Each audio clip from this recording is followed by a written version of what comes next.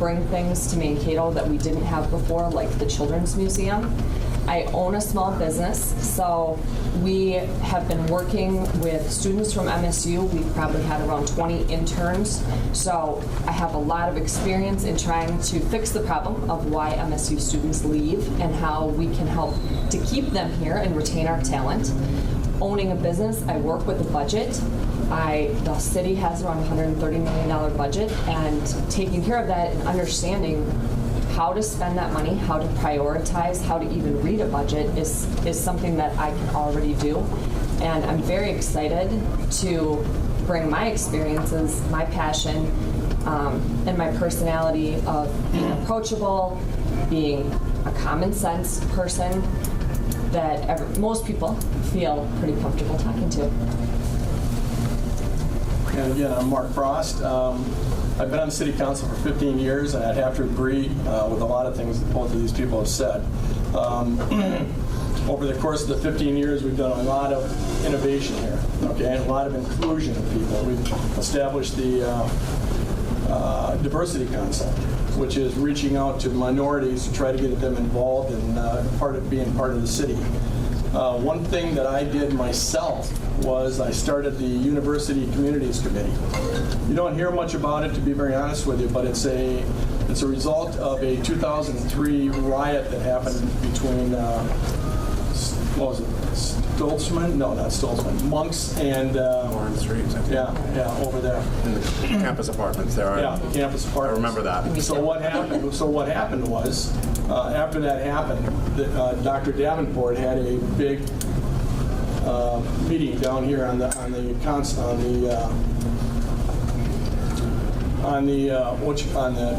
by the veranda, out by where the water fountain is out here. Okay. And and him and I were talking before, and I said, "Do you want me to come up there when you talk?" And he said, "No." And I guess I don't blame him, but so he goes up there, gives his talk. First question he gets is, "Why isn't the city represented here? Why don't they care about us?" Well, needless to say, that's all it took, and I went racing up there.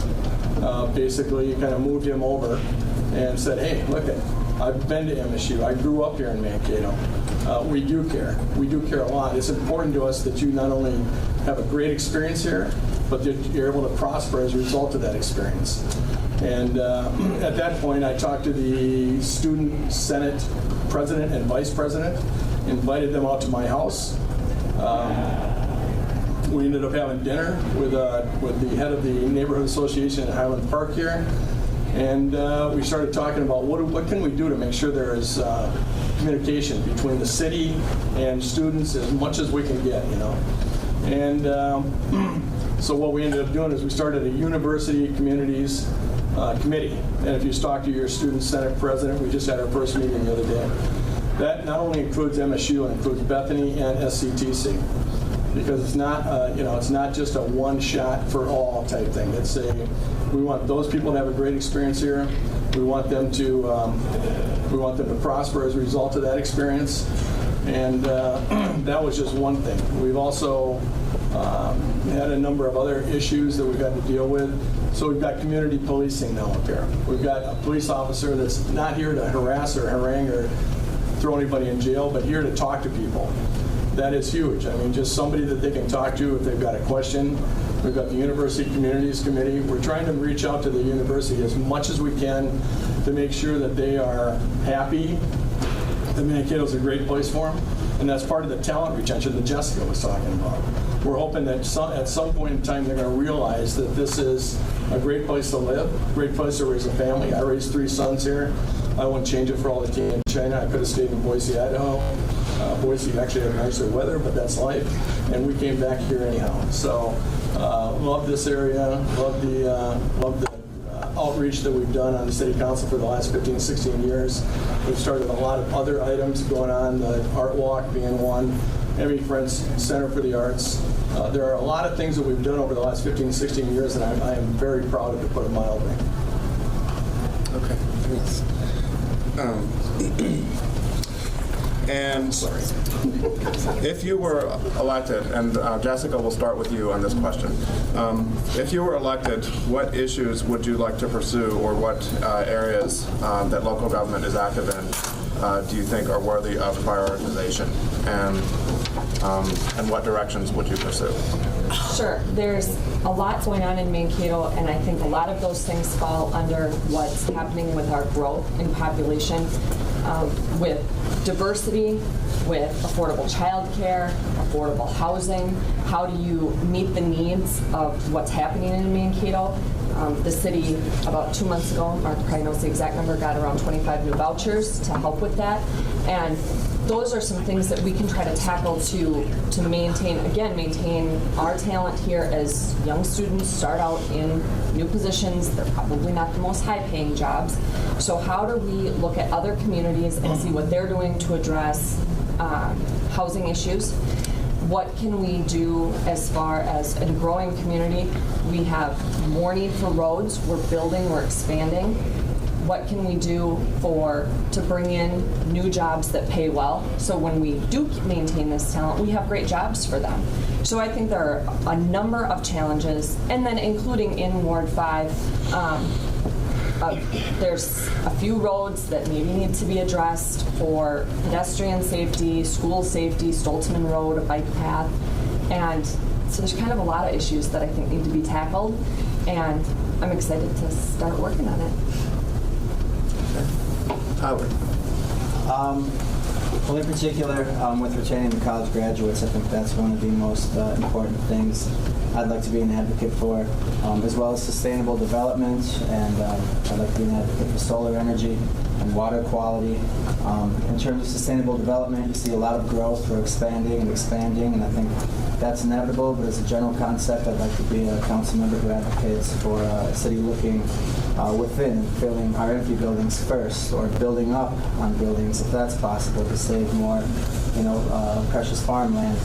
For instance, with the Children's Museum, there's a good reason why they took an old warehouse and converted that to a Children's Museum rather than build a new thing out on 14. And so I think we need to be very careful to make wise decisions in terms of our new developments, making sure that they're sustainable. Going back to retaining college graduates, you see a lot of people going to the cities because of economic opportunities or because there's more culture there. I want to see more people walking around downtown, going to Old Town. There's a new proposed idea to renovate Riverfront Drive along the Old Town corridor there. I think that's really important that we expand the sidewalk for pedestrian safety. We get more people down there walking around. Therefore, our college students are going to see, wow, this is a really nice place with old architecture, and look at all these unique shops I can go shop at. And we have a river here. Being a local kid, when I went to college here, I found out that the vast majority of MSU students, they only stay on campus, or they go downtown, or they go to the mall. They don't know about Triple Falls, or Minneopa Falls, or Rasmussen Woods, or all our bike paths, or all our rivers. Or they don't ever go walk around Old Town and see what our community has to offer. So I'd really like to, be someone who advocates for that. Mark? Yeah. I guess along that line, I guess I would like to see also sustainable growth and sustainability when it comes to energy. We hired a company called Amoresco. Amoresco is here to basically determine how we can be more efficient use of electricity, how we can be more green electricity use, okay? They are going to get close to $1 million for what they do, but they only get that if we actually save the money. If they come up with these ideas, we're going to solar gardens, and you can see the number of solar gardens around the city already. Up at Good Counsel, down on 3rd Avenue, and there's a number of other ones that are coming in. We love having them here. That's all there is to it. We want that development. That's all there is to it. And as far as downtown goes, Tyler's right. They're having riverfront down towards about the north 300 block up to about the 800 block, Vine Street in that area. We're going to cut that down to a three-lane road. That's in the CIP budget for 2019. And that's going to hopefully slow down traffic so that people, and pull out some of those sidewalks so that people have more room to walk. And that is a really good idea on his part. That's a really good idea on the part of city management. So those are just a couple of the things. I mean, there are so many issues that we're all four of us going to have to deal with at some point in time, one way or the other. I guess I could sit here and be talking until about 6:30 if you wanted me to on different issues. But Amoresco is one thing. The Children's Museum is a good example. We sold that to the Children's Museum management for $1. They came in and they did a phenomenal job, putting that together. And they basically raised their own money. They haven't come back to the city for lots of money or anything like that. They've done a great job. We've been on a number of intercity leadership conference visits, which Jessica was just on. I've been to Virginia, Colorado, Washington, and Missouri. And you go to these towns, and what you're trying to get out of them is, why are you successful? What made a difference in your town? And a lot of the stuff that they have come up with, Art Walk is one thing. I mean, if you go to Sioux Falls, South Dakota, they've got an art walk there. That was the first place we went to look. We saw the art walk in Fort Collins, Colorado. And, a lot of people say, what's the difference? Well, there is a difference. It's called quality of life. It's huge. And it's something that you want to make sure that if you don't have quality of life, you're not going to have talent retention. That's all there is to it. It's got to be, you've got to reach out in every different direction that you can to make sure that the students here at MSU, the students at Bethany, the students at SCTC, say, why would I want to leave here?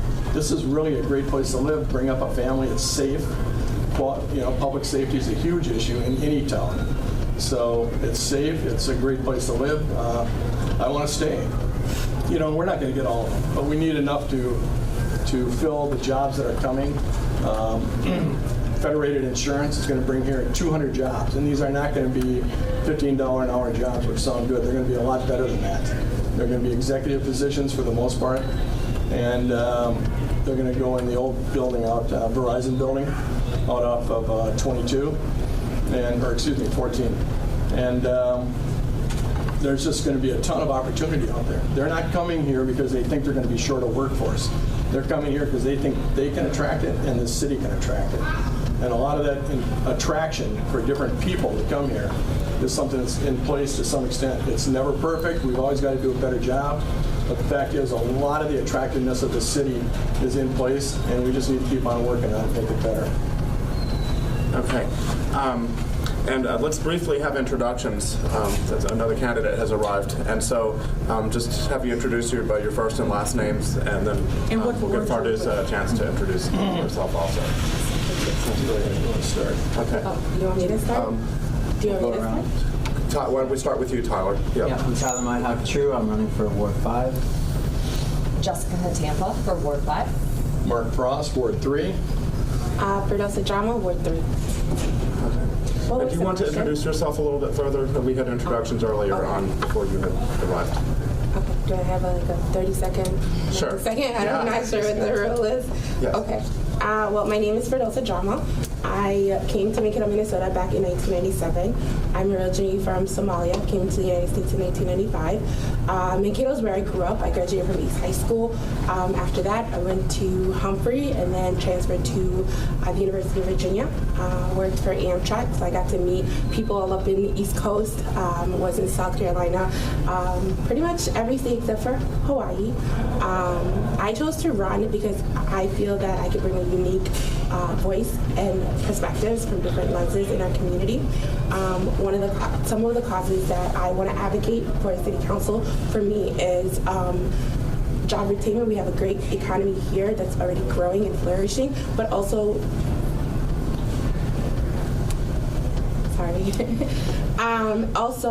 public housing is another issue, and internship for college students here on campus. That's what I want to do. Okay. And the last question that the others were finishing answering was as follows. What issues and directions do you think you would like to pursue if elected to the Mankato City Council? What issues and policy directions do you think that the city most is in need of pursuing? I like a lot of the examples that you gave. Sorry, I missed yours. But I love the examples that they give of the children's museum and all those things. But first and foremost, we need to take care of our infrastructure, our roads and our housekeeping things. But other than that, I would love to see more paid internships so that we can retain our college students, because I feel like when we have paid internships, they get to work not only work for free, but like work with understanding their value and their worth. Because a student will stay when they feel valued and wanted in their community, and that's something we're not doing in the city of Mankato, where we're not showing our college graduates not only are they wanted and needed here, but they're seeing better opportunities in the Twin Cities, or they're saying, well, over there it pays better, or it pays internships there, but we don't pay here. That's one avenue that I want to proceed. Also, when we're looking at public housing, there's homes that are available that are just sitting in city lots or that is not being utilized. I would like to see more home ownership go up in Mankato and how we can do better in that, but also making some of those homes more affordable housing units. When we're looking at building new apartments, I think we could look at section like 47, I think it's 47, where we can bring in workforce ready apartments or family geared apartments, not just 1 or 2 bedrooms, but 3 or 4 bedrooms, so that way families are moving to Mankato, which adds to our economy and more workforce to our economy. Just those are some key things I can give you. Okay. I'm sorry, I'm so used to being told 30 minutes or 60 seconds to answer a question, so. We're not really abiding by those strictures Okay. at this point. So. I didn't want to run on and on until 6:30, you know? That's fine. Okay. And Mark, let's have you start with this question. Can you identify any issues that the City Council should be more involved in? This is the first part of the question. More involved in than it is currently. And the second part is less involved in. Is the City Council overactive or underactive in any particular issue areas? You know, some things I wish we'd get more involved in. We've always been interested in student health, young men, young ladies. We were the city that passed indoor restrictions on smoking, okay? No more smoking indoors, which was phenomenal, okay? It became such an example that Kathy Sharon, who was our state senator at the time, carried a bill through the Senate, got it signed by a Republican governor, and it became statewide policy. That was huge. I mean, that is, because you can go into this auditorium or any restaurant in Mankato and you don't have to come out smelling like a tobacco, okay? Next thing I'd like to do that I think is important is T21, tobacco 21. I'm a pharmacist, and that kind of drives my whole thought process on this thing. 40 years of being in pharmacy, seeing how addicting that nicotine is unbelievable. I mean, you talk to people. I had a lady one time that started crying in front of me. I can't do this. I can't stop. Every time I try this, I get so nervous and wrecked and can't function. But that is addiction, period. That's all there is to it. If there's anything we can do to stop people from starting, especially, stores selling to 18-year-olds right now, and then the 18-year-olds are in Mankato West or East or Loyola or wherever, and they just spread them out. I mean, I'd just really like to make sure that gets passed at some point in time. That is important to me. Are we over-involved in much of anything? Actually, I think we're pretty well run. I can't think of anything right off the top of my head that we're over-involved in, other than infrastructure. I mean, we are heavy. If you look at our CIP, it is very heavy into rehabbing streets, rehabbing alleys, a number of different things, but those are good things to be over-involved in as far as I'm concerned. I remember a time when you would drive down Broad Street, downtown, and you basically went from one end to the other and you had to have your car redone. It was just unbelievable. It's like it was falling into a pit about every 10 feet. And that doesn't happen very much anymore. We've got roads that can be better. But the deal is we're doing the best we can to make sure that they get better in relatively short order. So. I remember other roads like JC Court that were really Yep. in bad shape. Yep. And the deal is we've kind of attacked most of that. It all depends on what's called paver rating. The paver rating is very important. You get an engineer to go up there. They have specific criteria that they use. It gives a paver rating. If the paver rating is below X amount, I can't remember what the number is, but if it's below that number, that gets moved up in the capital improvement budget. Okay? And it's worked out pretty well. We've got a real good engineering department. Things else. That is about it. I mean, I think things are really, we've got pretty good management in this city, so I'm really hard pressed to say that we're overdoing what we're supposed to be doing. Let's put it that way. Okay, thanks. So any areas where the city council is overactive or underactive? Fardusa. None that I could think of that they're overactive in, but there are places I feel city council can look into and improve, or the city can improve. As I was door knocking and was here on events on campus, I got to meet this amazing young girl. And she's going to school, she has to work, but can't afford, she couldn't afford to live in the dorms with financial aid that she was getting, and she couldn't afford to live in an apartment. And she was living out of her car while she's pursuing her college degree. There are a lot of college students who attend MSU or Bethany or South Central College that are young, what they would consider youth, that are homeless. Our homeless rate has went up, and our running mate that talked at our formal touched a little bit about it. It touched me because it was so personal for her, being able to look into avenues where we can provide more resources or more just our youth that are homeless, just providing more resources and doing a study of what's really going on. Are they just running away? Is it domestic violence? Because that could lead up to it, right? It brings back the question, the saying that Mark Frost is saying is quality of life. A lot of us who live in the city of Mankato, quality of life can mean so many different things for so many people. And we all drive to have a quality life in Mankato, but our city needs to reflect that a little bit, right? And we need to look into our homeless youth that's happening and how it's in the rise. Our homeless rate going up. It's great. We have great people moving or wanting to move to Mankato and make Mankato home, but at the same time, Mankato is somehow, in a way, we kind of have to also prepare ourselves. The more population we get, the higher our homeless rate is going to go, and we need to address that issue as well. Jessica?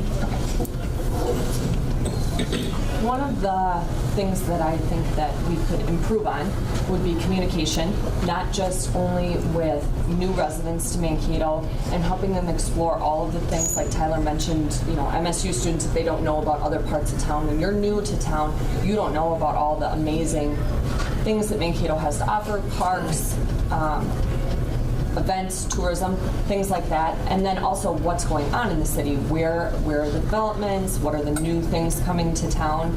What are the concerts going on? Various things like that. I think the city does an amazing job of partnerships with a lot of nonprofits. I think we have a great city staff that does a great job of doing our planning, but I think we could use some more resident input on certain projects. I think that in some of these partnerships, if we can have different groups come together and get their input, and we have such great city leaders in Mankato. We have a very involved community, a very philanthropic community, and really get those people to come together to help in the planning. I think Mankato will be better for that. Tyler? Off the top of my head, I can't necessarily think of anything that the City Council isn't working on well enough. I know that for me at least, the biggest issues I'd say are child care and the cost of living, housing. With child care, as someone who's about to be starting a new family soon. We look at the waiting list to get a child into a daycare facility, and it's months long for a lot of them. And the cost is lots of times astronomical. As a council member, I wouldn't necessarily legislate we need a new child care center, but I'd like to be someone who advocates for encouraging local investment to maybe solve that need. And, if we got more child care facilities, that would actually give a lot of nursing education students a job right out of college. So that'd definitely be good. As far as the cost of housing goes, the numbers I saw said that we have the worst income to rent ratio in the entire state. We talk about college students leaving. I think that's probably a huge reason why. As a real estate agent, I'd like to encourage more people to own property. When I talk to people my age, they don't know what equity is or how that works or why that's advantageous. I don't have the answer or a magic wand to lower the cost of rent, because obviously the free market plays a big effect on that as well. But I'd definitely be someone who's dedicated to exploring all possible avenues of ensuring that rent is lower in the city. Back to the Tobacco 21 thing that was brought up. I originally was opposed to it. I just felt that we shouldn't be telling. I'd have a hard time telling a 20-year-old Marine that he's not old enough to go buy a can of chewing tobacco if he wants to. But I do think that for the greater good, we should get people to get off of that. It's literally just poison. I mean, it's pretty obvious that it's awful. I had kind of mentioned maybe some sort of compromise. I had mentioned Tobacco 19. When I was in high school, I remember the 18-year-olds would they'd walk across the street to Quick Trip, buy cigarettes, and give it to 16-year-olds. And that's a huge problem. So maybe Tobacco 19 would help curb that, but still, protect, the rights of 20-year-olds who are adults who can make these decisions, if they want to. So like I said, I was opposed to it. I've definitely had a change of heart, and if the council doesn't want to bring up Tobacco 19, I would probably support Tobacco 21. Okay. All right, thank you. And thanks to all of you. And I actually have come to the end of my prepared questions, but would invite each of you, if you would like to make a closing statement of sorts. Sorry, I'm not in. I will. Okay. Mark, you want to start? Well, thank you, Fred, for hosting this. This is a good example of how important this university is. This is a good example of our attempt at communication with the city university committee that we're trying. In fact, we're meeting Thursday if anybody wants to come. That's going to be up at SCTC. Basically, that communication has, we don't have a huge agenda of any kind, but that communication is something that has been worked out pretty well for the students at MSU, at Bethany, and at SCTC. And I am very proud of the fact that got started when I invited those president and vice president back in 2003 over to the house to have dinner. And that's what came out of it. They said, we need somebody to talk to once in a while, that has some pull in the city. Also, as far as communication in the city, we went through a Warren Street corridor study that, let's put it this way, it seemed kind of rigged. They said the people in Warren Street were 100% for it. Well, it was 100%, but it wasn't 100% for it, it was 100% against it. The individual that did the study obviously didn't do his homework very well. So we had some big meetings, the Warren Street. This is just based on making Warren Street more walkable and that type of thing, and getting the traffic slowed down a little bit. And we ended up, at the end of this whole meeting, we ended up having to basically change the whole plan. Now, the thing that bothers engineers and stuff like that when you do things like that is they might lose the money that they got from the federal government and that type of thing, the grants that come from the federal government. They didn't lose the grant. Everything went pretty well. And now they're going to be finishing the project, hopefully. Also, as far as affordable housing, we're building an affordable housing unit right over here across from Rosa Parks. Brand new one, okay? The biggest problem you've got is federal government runs it with the rules that they have.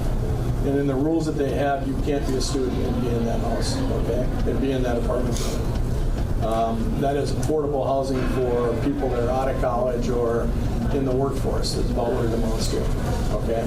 And those become affordable rents for those people.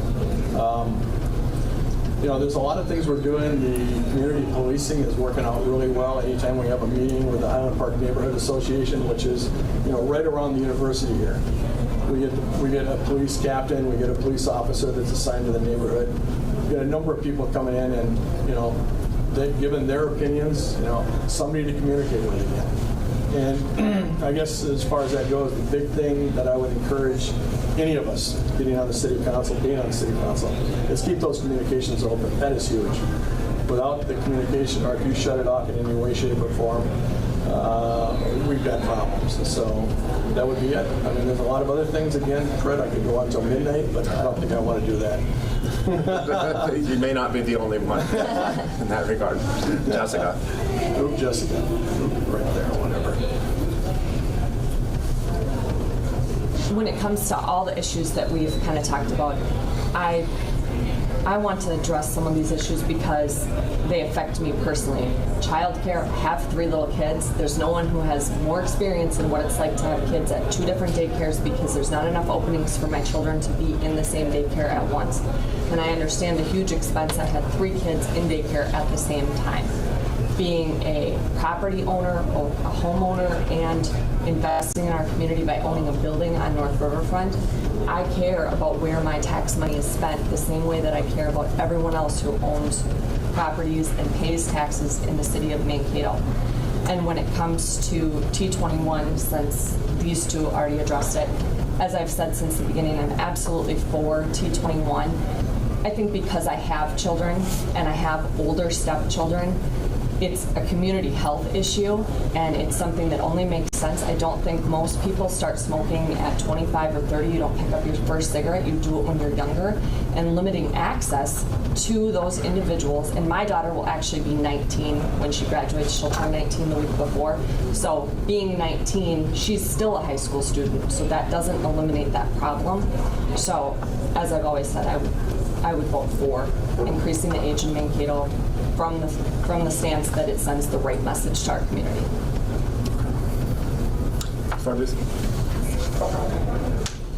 Well, I got to tell you a little bit about myself. I definitely want to keep the lines of communication open if I'm elected to city council, but also bring new voices to the table and issues that do face our community. I want to do the best I can to make a really good quality of life that we can all have in our city and be proud of our city council and representing everybody that lives in this ward. It's hard to hear you. Is the mic I can't hear you very well. Okay. The mic is for these guys. Oh, okay. Sorry. Also, for me, it's to work really hard in bridging bridges that brings the community together and moves us forward. The more we grow, our differences make us stronger and grow better in our community.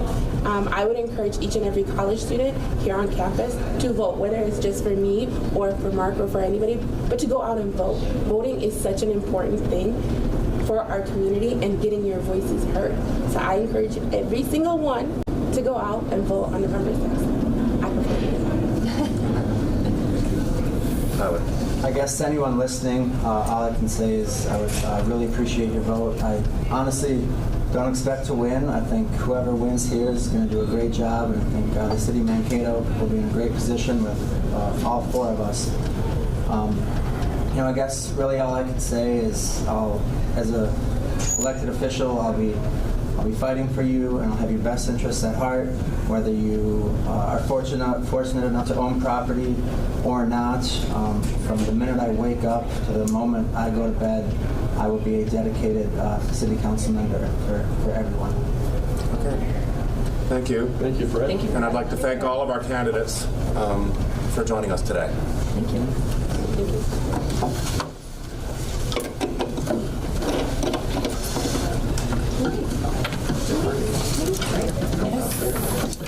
It's our 48th anniversary. Where are you staying?